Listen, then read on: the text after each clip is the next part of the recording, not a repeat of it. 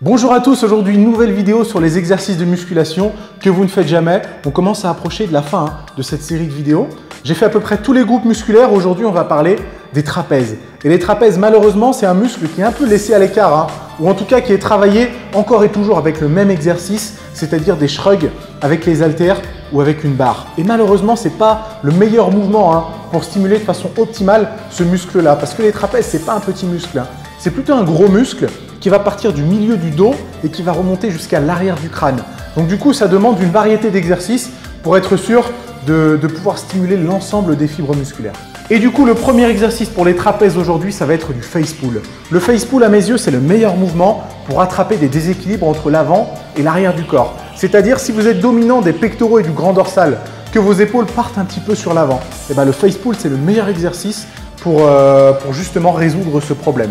Le principe est plutôt simple, vous attachez une corde à une poulie basse, ou en tout cas une poulie qui est à peu près à la hauteur de votre poitrine, et vous avez juste à tirer la corde en direction de votre visage. C'est pour ça que ça s'appelle face pull, tout en resserrant au maximum les omoplates. Forcément, ça va vous travailler aussi les épaules, donc ce n'est pas une mauvaise idée de le mettre à la fin de votre séance épaules, juste avant de travailler les trapèzes.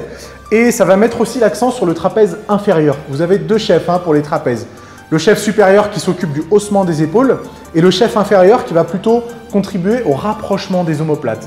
Donc du coup, c'est bien d'avoir des exercices qui vont cibler soit le chef supérieur, soit le chef inférieur.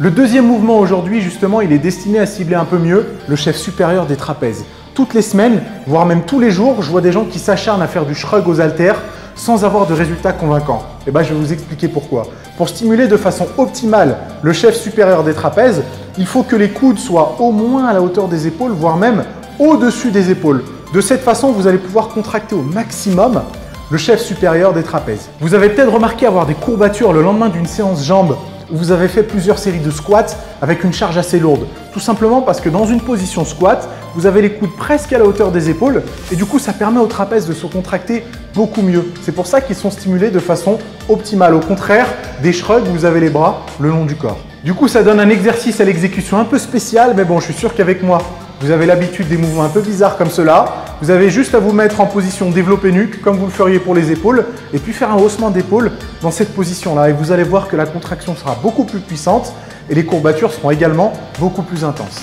Le troisième exercice, il n'a pas vraiment de nom, donc on va l'appeler les élévations en Y. Le principe est plutôt simple, vous vous allongez à plat ventre sur un banc légèrement incliné et vous avez juste à soulever les bras pour former un Y. Et en fait, cet exercice, c'est l'équivalent monoarticulaire d'un face pull. Et l'avantage, c'est que ça va vous permettre d'utiliser des charges beaucoup plus légères et vous aurez l'occasion de vous concentrer un peu plus sur la stimulation et la contraction volontaire.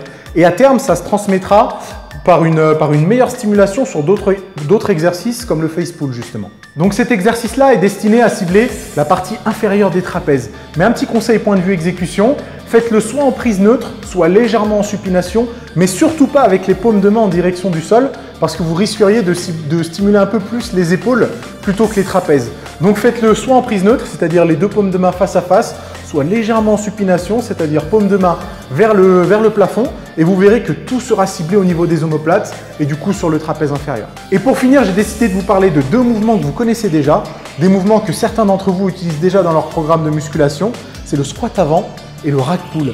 Et même si ce n'est pas des exercices destinés à stimuler les trapèzes, c'est les seuls mouvements avec lesquels je réussis à avoir des courbatures le lendemain de les avoir effectués. Tout simplement parce que la charge que vous utiliserez sur ces mouvements-là est des dizaines de fois supérieure à celle que vous pourrez utiliser sur du face pull ou des élévations en Y.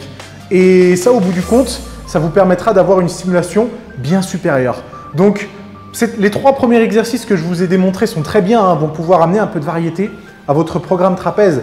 Mais si vous ne faites pas les bases, comme le squat, squat avant, soulevé de terre et rack pull, forcément, un jour ou l'autre, vous verrez que le développement de vos trapèzes ne sera pas optimal. Donc, essayez d'intégrer ces mouvements de base et vous verrez qu'à terme, vous aurez des trapèzes énormissimes.